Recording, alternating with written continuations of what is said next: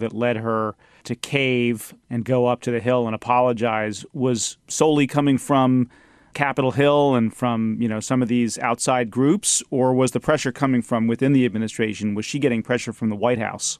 I think there's a combination of both, but it was really the Republican pressure that Congress put on her. I think at the time she may have had some political aspirations to do other things. I don't know. Well, there was talk about her, I think, wanting to be Attorney General. Yeah. So that pretty much quelled that, aspiration. So what happened to your unit ultimately? Was it, I remember there were concerns that it might be cut back or disbanded. What happened? Yeah, so after the retaliation phase during the summer of '09, the real truth came out when we did a restructuring, and they totally dissolved our unit and reassigned us to work other topics like protecting critical infrastructure and Al-Qaeda threats.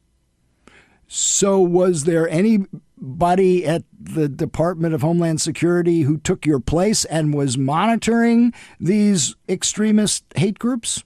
There wasn't. And one by one, each of the analysts that I had hired, and including myself, by 2010, most of us had left, and there left one analyst who was still there that was a part of the original team. So after I went public with my story, I want to say in 2011, they kind of ceremoniously had this one person that was still there. They reassigned him to the FBI to work these issues, to say that they actually had somebody who was like on a liaison capacity. And then they, at one point, I want to say in 2013 or so, they hired 2 contractors to help, and then those people left. So it's just kind of in this haphazard, 1 person, 2 people, and now it's down to none.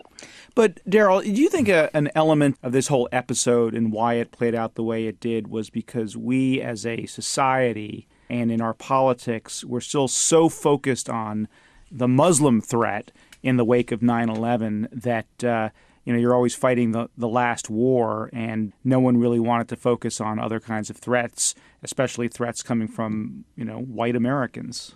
Yeah, so this threat that we were talking about, these right-wing extremists, they're primarily white Americans. It detracts from the message that our U.S. government wants to put forth as policy on what terrorism is.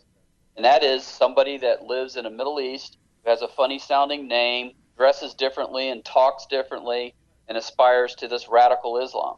That's the only type of terrorism our government seems to recognize. So as you look at, let's move up into, the current day, as you look at the events over the last few years, Charlottesville, Tree of Life, this Coast Guard guy and lots of others, what goes through your mind?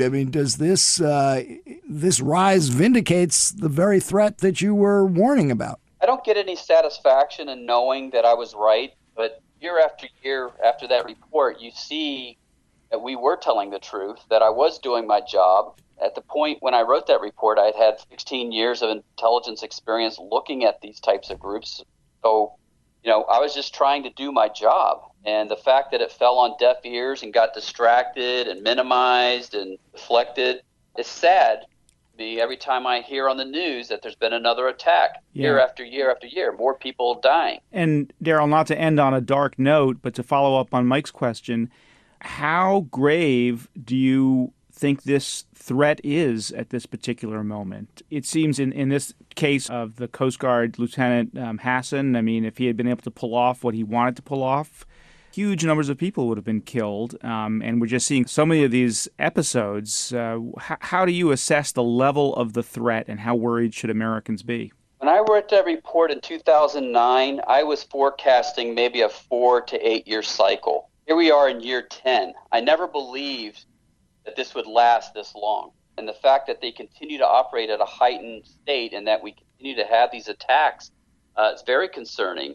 The fact that the government really hasn't done much of anything to combat it is also disheartening. And to what extent do you think Donald Trump's rhetoric, the way he's responded to some of these kinds of groups and their philosophies, has had an effect on all of this?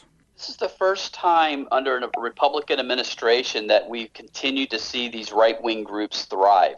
Typically during Republican administrations, we see their activities decrease because they're not concerned about gun legislation being passed. They're not concerned about minority rights being expanded.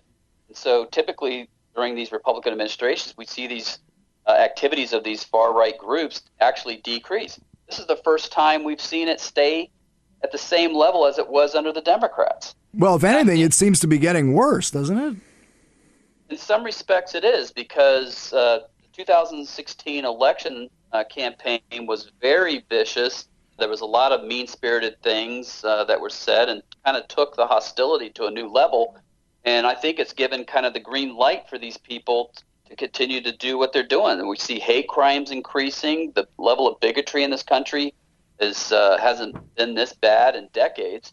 And I think it is. It starts at the top. It starts with the tenor, the tone, and the messaging that comes out from these political campaigns. And did I hear you correctly that there is nobody at the Department of Homeland Security who is now monitoring these groups in the way you were back in 2009? There is nobody. Zero.